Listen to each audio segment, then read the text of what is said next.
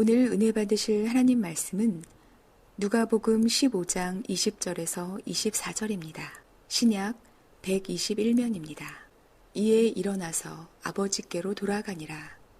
아직도 거리가 먼데 아버지가 그를 보고 측은히 여겨 달려가 목을 안고 입을 맞추니 아들이 이르되 아버지, 내가 하늘과 아버지께 죄를 지었사오니 지금부터는 아버지의 아들이라 일컬음을 감당하지 못하겠나이다 하나 아버지는 종들에게 이르되 제일 좋은 옷을 내어다가 입히고 손에 가락지를 끼우고 발에 신을 신기라.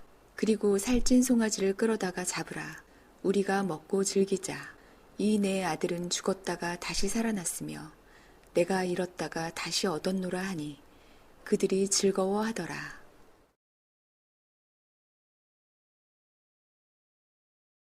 오늘 본문의 이야기는 어느 한 가정의 슬픈 이야기입니다. 어느 가정의 둘째 아들이 자기 몫의 엄청난 유산을 아버지에게 요구합니다. 그리고 그 많은 돈을 가지고 호랑방탕하여 알거지가 됩니다. 그는 자기 자신의 잘못을 깨닫고 다시 집으로 돌아와서 그 부유함을 회복했다는 결국은 해피엔드의 그러한 이야기입니다. 오늘 저는 회복시키시는 하나님, 이런 제목 가지고 말씀을 드리려고 합니다. 오늘 본문의 핵심은 아버지가 어떤 아버지인가, 거기에 초점이 맞춰져 있고 하나님이 우리들에게 주시는 교훈이 아버지를 통해서 어떤 아버지인가 밝혀줌으로 우리 모두 하나님을 새롭게 발견하고 알고 배우는 시간입니다. 오늘 하나님은 어떤 분일까? 오늘 본문에 나오는 아버지는 어떤 아버지인가? 첫째로 성경은 해안의 아버지인 것을 보여줍니다. 이 해안이라는 말은 사물을 밝히 보는 총명한 기운이 서려 있는 눈이다. 앞을 훤히 예견할 수 있는 안목을 가진 사람이다. 그런 말인 겁니다. 오늘 본문의 아버지는 사리분별을 정확히 하시는 분입니다. 앞날까지 다 아시는 그러한 아버지입니다. 둘째 아들이 어떤 아들인가를 너무나 잘 알고 있습니다. 자기 몫의 유산을 주면 그 많은 돈을 이 아들이 어떻게 할 것인가도 아버지는 잘 알고 있습니다. 그리고 이 아들이 인생의 구렁텅이에 빠져 있을 때 결국은 다시 아버지께로 돌아올 녀석이다. 그것도 예견하고 있는 아버지입니다. 이 아버지가 바로 하나님을 상징하는 아버지입니다. 여러분, 하나님은 우리 인생들 도매금으로 한 번에 다 아시는 게 아니라, 부부로 아시는 게 아니라, 가정으로 아시는 게 아니라, 하나님은 한 명 한 명 각자 남편은 남편대로 인생의 가정을 책임지고 가는 가정의 무거운 짐을 알 뿐만 아니라 아내의 가정을 돌보며 이렇게 자녀들을 챙기며 가는 주부로서의 그 힘든 것도 다 알고, 자녀들이 공부와 또한 여러 가지 인생 진로 문제로 힘들어하는 그러한 자녀 한 명 한 명에 대해서도 하나님은 전부 다 잘 알고 계시는 하나님이신 것입니다.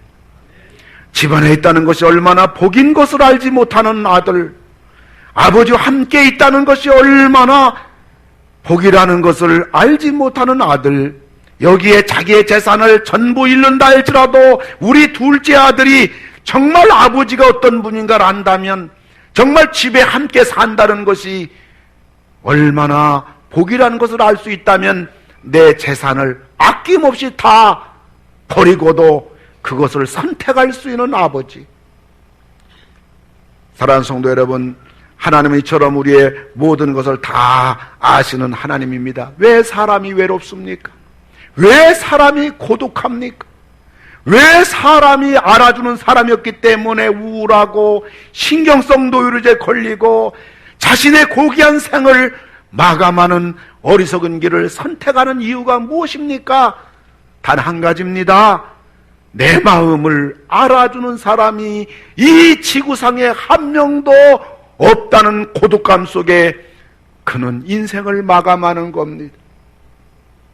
내 마음을 알아주는 사람이 단 한 명만 있어도 그는 결코 자신의 생을 아무렇게나 살지 않을 것입니다.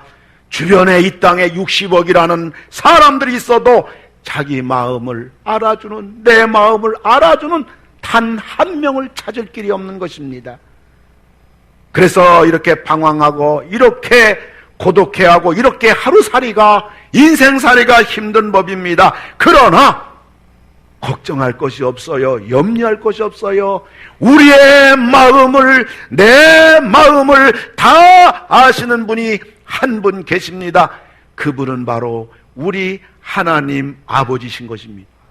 하나님은 아시는 것으로 끝난다면 우리 인생의 무거운 짐은 해결할 길이 없겠습니다마는, 그럼에도 불구하고 하나님은 아실 뿐만 아니라 우리 인생을 100% 책임지시고 도와주시고 해결해 주실 수 있는 전능하신 하나님이신 것을 믿으시기 바랍니다. 내 모든 시험 무거운 짐을 주 예수 앞에 아뢰이면 근심에 쌓인 날 돌아보사 내 근심 모두 맡으시네. 무거운 짐을 홀로 죄로 견디다 못했으 불쌍히 여겨 구원해 주니 은혜의 주님 오직 예수. 내 짐이 점점 무거워질 때 주 예수 아뢰이면 주께서 친히 날 구해 주사 내 대신 짐을 우리 오른손 들고 부릅시다. 무거운 짐을 홀로 지고 견디다 못해 쓰러질 때 불쌍히 여겨 구원해 주리 은혜의 주님 오직 예수. 그렇습니다. 내 모든 시험 무거운 짐을 나 홀로 지고 견디다 못해 쓰러질 때 이 짐을 져주시는 분, 내 무거운 짐을 져주시는 분, 그 누구도 나를 도와줄 수도 없고 도와주려고 하지도 않고 도와줄 힘도 없고 말해야 그 누가 들어주지도 않고 들어줘도 나의 도울 힘이 없고 사방팔방 이 땅 아무리 둘러봐도 나는 외롭습니다. 나는 힘듭니다.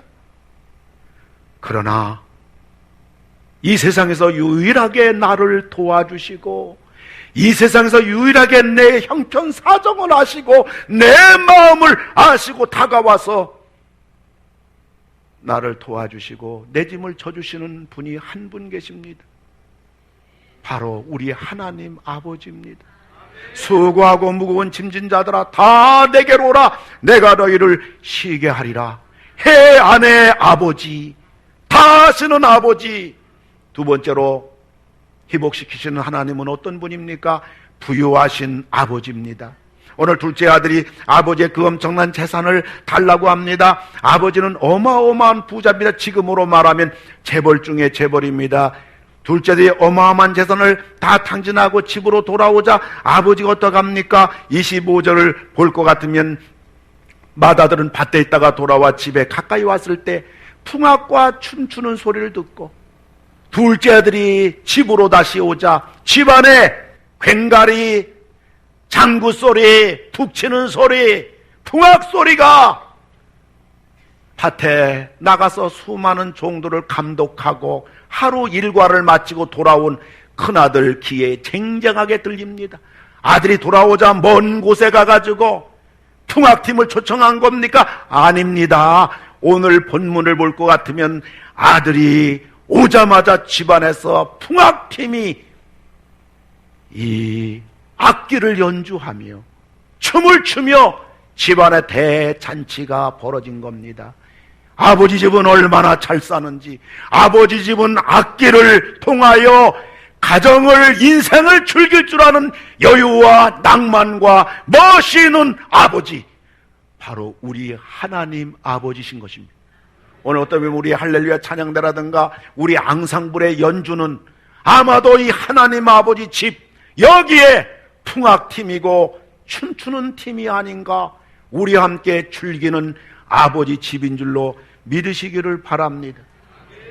뿐만 아니라 23절 보니까 살찐 송아지를 끌어다가 잡으라, 우리가 먹고 즐기자. 다 허랑방탕하고 허구한 날 굶고 굶어서 완전히 영양실조에 초췌한 아들의 모습 속에 아들이 집에 오자마자, 야, 우리 밥 먹을 것도 없는데 유일한 닭 한 마리 잡아서 영양 보충을 이 아들 해줘야겠다.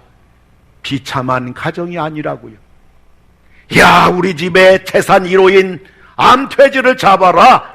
그래서 저 영양실조로 추구하는 아들 또 반가우니까 한 끼 같이 우리 고기 반찬 해 먹자. 아닙니다.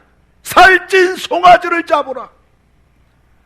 부유하신 아버지, 아까울 것이 없는 아버지, 소가 무진장이 있는 아버지, 하나님 아버지입니다. 하늘과 땅 모든 게 전부 다 하나님 아버지 것입니다. 우리는 바로 그 하나님의 아들, 딸들입니다. 17절에 볼 것 같으면 내 아버지에게는 양식이 풍족한 품꾼이 얼마나 많은가.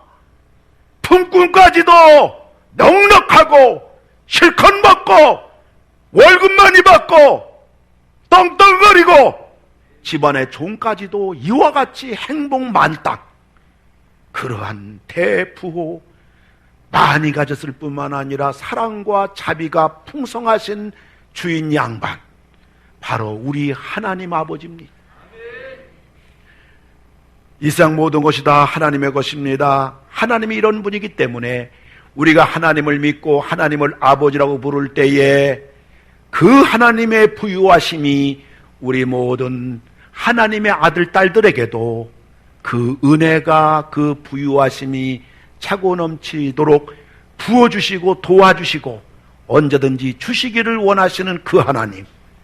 여러분, 그 하나님을 믿을 때 우리는 마음의 부자가 돼요. 그리고요, 그 하나님을 믿을 때 물질의 부자가 됩니다. 행복의 부자가 됩니다. 하나님을 믿으면요, 가문이 잘 됩니다. 자녀가 잘 됩니다. 하는 일이 잘 됩니다. 여러분 보세요. 하나님을 잘 믿고요, 신앙생활 잘하고요, 교회생활 잘하는 집을 보시라고요. 점차로 집안이 왠지 잘 되고, 집안이 왠지 평안하고, 집안이 작고 지경이 넓어지고 부유해지고 자녀들이 왠지 자꾸 잘 되는 겁니다. 저는 시골 두매산골에서 한 끼 밥 굶는 것은 기본이고 두 끼 굶는 것도 어린 나이에 허구한 날 그러한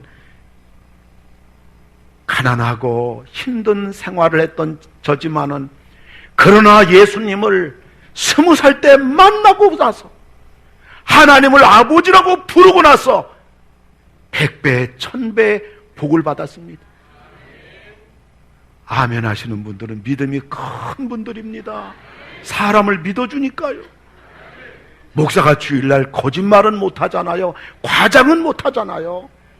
지 얼굴만 봐도 복스럽지 않습니까? 할렐루야. 물질 얘기뿐 아닙니다.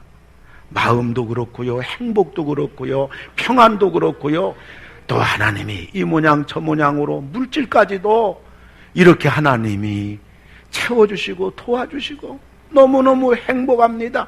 목사가 목사로 행복하다면 여러분은 여러분들로서 여러분 가정에 혹은 여러분 사업, 여러분 직장, 여러분 모든 것들도 목사도 행복하다면 여러분도 행복하고 모두 행복해야 될 줄로 압니다. 하나님 믿으면요, 제가 분명히 말씀드리지만은 복을 받습니다. 하나님이 도와주십니다. 구하라 그러면 주실 것이요, 찾으라 그러면 찾을 것이요, 문을 두드려 그러면 열릴 것이니 구하는 이마다 받을 것이요, 찾는 이는 찾아낼 것이요, 두드린 이에게는 열릴 것이니라. 여러분, 힘이 없으면 이 말하겠어요? 가진 것이 없으면 이 말하겠어요? 구하라 그러면 주겠다. 누가 줘요? 자기도 없는데, 자기도 힘없는데. 그러나 하나님은 부유하시기 때문에, 부족함이 없는 분이기 때문에 누구든지 구하라 그러면 주겠다. 찾으라 그러면 찾을 것이다. 열 문을 노크하라 그리하면 열리리라. 여러분, 부유함과 못할 것이 없는 하나님이심을 그 성경 구절은 우리에게 분명히 보여주는 것입니다. 여러분, 하나님께 기도하면 응답해 주시고요, 하나님께 도와달라고 하면요 반드시 도와줍니다. 하나님께 해결해 달라고 하면 해결해 주시고요, 하나님께 치료해 달라고 하면 치료해 주십니다. 하나님은 부유하시기 때문입니다. 못하실 것이 없는 분이기 때문입니다. 해안의 아버지, 부유하신 아버지, 그 아버지는 세 번째 기다리시는 아버지입니다. 둘째들이 어마어마한 재산 가지고 의기양양하게 떠납니다. 아버지는 그 무거운 눈물을 아버지는 아무도 모르게 흐릅니다. 그날 저녁부터 잠을 잃은 불면증의 아버지가 되었습니다. 웃음을 잃어버린 아버지가 되었습니다. 맛있는 밥을 먹어도 돌을 씹는 것이요, 맛있는 반찬을 드셔도 쓰디쓴 쓴나물 뿐인 것입니다. 아버지 눈은 항상 아들이 떠난 동구밖에 있습니다. 아이나 다를까 그 많은 재산을 다 탕진하고 거지 중에 상거지가 되어 집으로 돌아옵니다. 그러자 아버지가 맨발로 달려갑니다. 20절을 보니까 이에 일어나서 아버지께로 돌아가니라.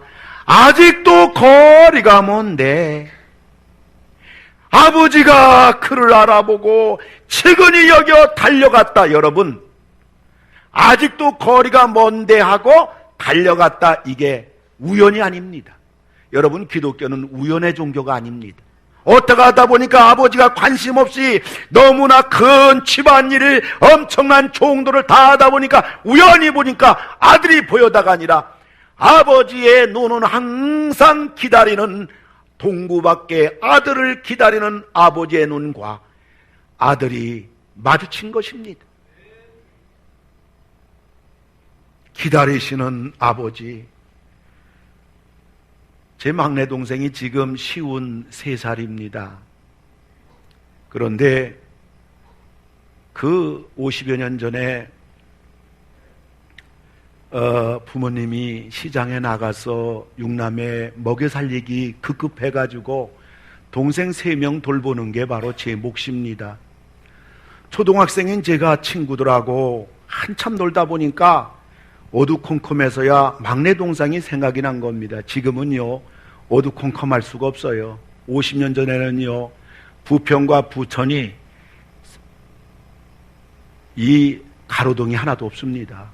이 부평 바닥 그 역전 쪽에 있잖아요. 그때 마차로 이 짐을 실어 나르는, 마차가 그때 지금으로 보면 화물차입니다. 그런 때입니다. 그러니 뭐 저녁이 되니까 온 천지가 깜깜하지요. 급히 집에 돌아와서 동생 이름을 부르니까 아무 대답이 없습니다. 가슴이 벌컥, 동네로 뛰어 나가서 동생 이름을 부르니까 대답이 없어요. 이 부모가 자녀를 잃었을 때 그 마음 똑같다고 저는 생각한데요.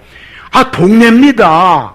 옛날 동네 크지도 않다고요. 그런데 동생을 잃어버리니까 무슨 생각이 드냐면 온 천지에 얘가 어딨나 그 생각이 드는 거예요. 온 천지에 어디 가서 얘를 찾나 그 생각이 드는 거예요. 그래서 아들, 딸 잃어버리면, 어린아들 잃어버리면 부모는 못 찾습니다. 울다가 세월 다 보냅니다. 딴 사람이 찾아줘야 됩니다. 막막하기만 합니다.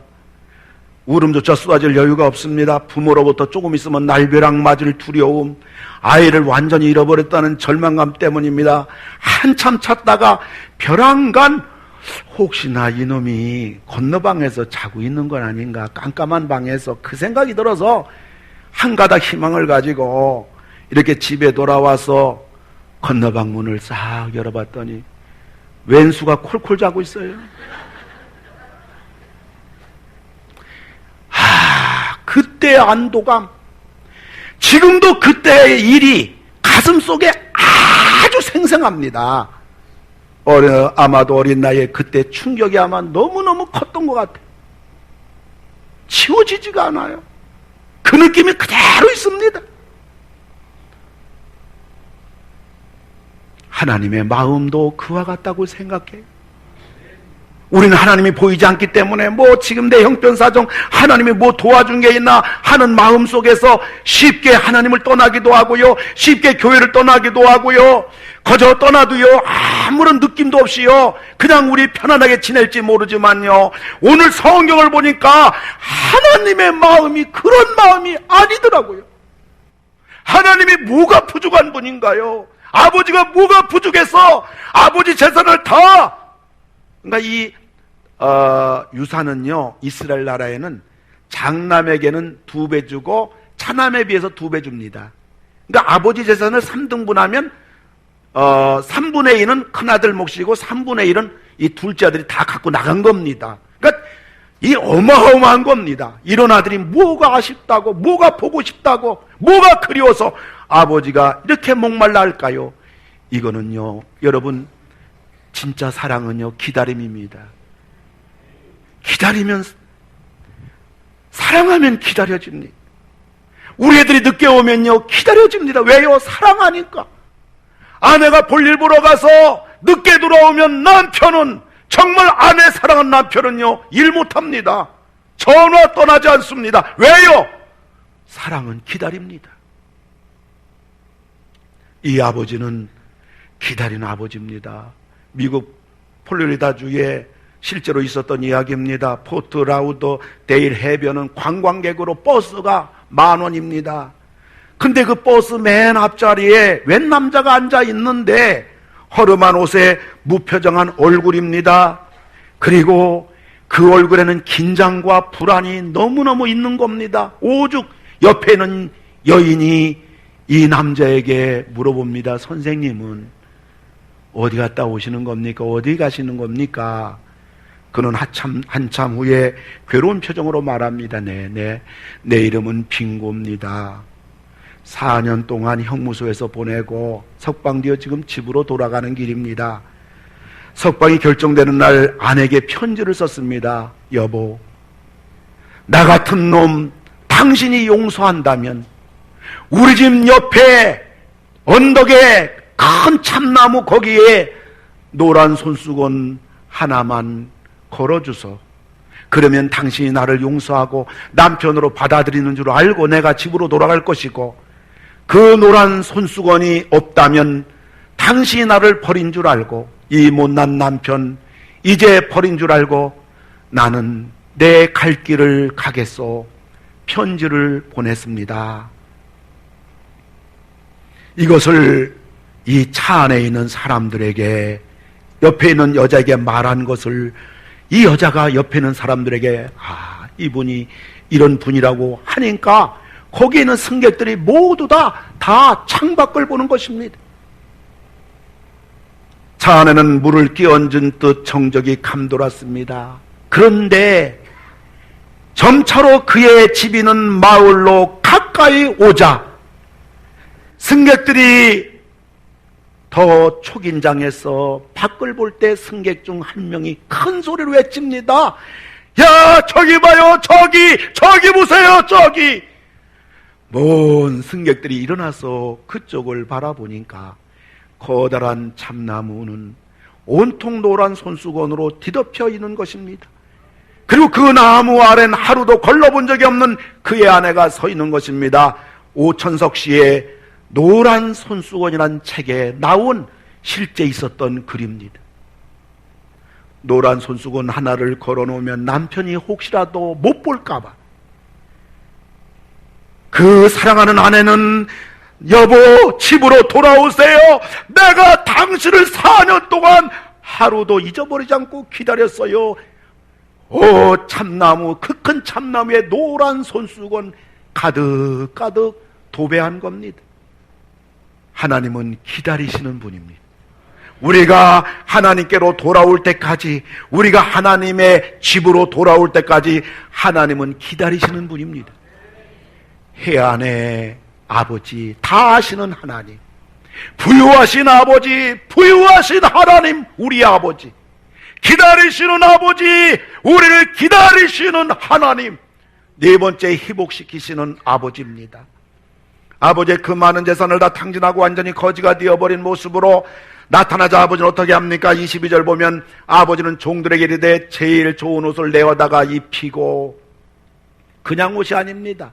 제일 좋은 옷입니다. 옷은 여러분 신분을 상징합니다. 군인은요 군복 입어요. 경찰은요 경찰복 입고요. 소방대원은 소방대원의 옷을 입습니다. 굉장히 쉬운 얘기네요. 경찰이 경찰 옷 입지 뭐 입습니까? 옷은 신분을 상징합니다. 그러니까 이 아버지가 아들에게 가장 좋은 옷을 입혔다는 것은 이제 너는 내 아들이다. 아멘. 아버지 집에 돌아오니까, 아버지 품에 안기니까 아버지가 제일 좋은 옷을 입힌 것은 이제 너는 탕자가 아니라, 너는 이제 버림받은 자녀가 아니라 내 아들이다. 아들의 신분의 변화, 신분의 회복입니다. 뿐만 아니라 22절 보니까 손에 가락지를 끼고, 여러분 가락지는 하나됨을 상징하는 언약의 도구입니다. 결혼식에서 가락지를 낀다는 것은 이제 남남이 아니라 당신과 나는 하나요, 한 몸이요, 한 부부요, 한 식구요. 그게 가락지입니다. 그러니까 아버지가 이 아들에게 가락지를 꼈다는 것은 이제 너는 한 식구다. 너와 나는 하나다. 아멘. 이거는 뭘 말합니까? 가치의 변화입니다. 집을 떠난 탕자가 아니라 너는 우리 가정의 하나다. 너의 가치가 우리 집의 소중한 아들이다. 소중한 딸이다. 하나님의 아들이다. 하나님의 딸이다. 아버지께로 오면요, 아버지를 믿으면요, 아버지 집에 오면요, 가치의 변화, 가치의 회복이 되어지는 줄로 믿으시기 바랍니다. 뿐만 아니라 22절 보니까요, 발에 신을 신기라. 여러분 신은 뭡니까? 걷는 겁니다. 걷는다는 자체는요 소유라는 의미가 있습니다. 걸을 때 내 것이 된다는 말입니다. 그러므로 이제 이 아들은 구경꾼이 아니라 그림의 떡이 아니라 아버지 집에 오게 되면, 아버지를 믿게 되면 그가 행한 대로 복을 받게 되고, 그가 심은 대로 거두게 되고, 그가 기도한 대로 응답받게 되고, 그가 하나님의 축복을 받는 것입니다. 우리는 천국까지 아버지가 신겨준 믿음의 신발을 신고 천국 안에까지 들어가는 그러한 놀라운 소유의 변화, 천국까지 소유하는 소유의 회복이 주어지는 줄로 믿으시기 바랍니다. 이게 누가 한 겁니까? 다 아버지가 한 겁니다. 할렐루야. 여러분, 우리 하나님은 회복의 하나님입니다. 우리가 할 일은 한 가지입니다. 아버지에게 가는 거예요. 아버지 믿는 거예요. 아버지 집으로 가는 거예요. 교회로 가는 거예요. 과거를 묻지 마시기 바랍니다. 내가 과거에 이렇게 살았는데, 내가 과거에 이렇게 하나님 대적했네. 아니요. 오늘 현재도 묻지 마시기 바랍니다. 내가 이 모양 이 모습인데, 내가 믿음이 없는데, 내가 교회 처음 나왔는데, 내가 교회에서 한 것도 없는데. 아니요. 우리는 그냥 아버지께 갈 뿐입니다. 그냥 아버지 품에 안길 뿐입니다. 오늘 바로 여러분들이 그래서 이 자리에 앉아 있는 것이고, 오늘 아버지를 부르고 그 아버지께 예배드린 줄로 믿는 것입니다. 마지막 아버지가 한마디 했습니다. 32절입니다. 우리가 즐거워하고 기뻐하는 것이 마땅하다. 아버지 집에 오면요, 아버지 믿으면요, 남녀노소 불문하고 누구나 다 우리가 즐거워하자, 우리가 기뻐하는 것이 마땅하다. 여러분, 하나님과 함께하는 것이 기쁨의 잔치입니다. 하나님 집에 있는 것이 즐거움의 삶입니다. 하나님 믿고 섬기는 것이 행복의 인생이 되는 것입니다. 이 기쁨, 이 감격, 이 즐거움, 이 행복을 이 땅에서 마음껏 누리시다가 여러분, 우리 영원한 아버지와 영원한 만남이, 영원한 생이 보장되는 여러분들 다 되기를 주님의 이름으로 축원을 드립니다. 할렐루야. 잠깐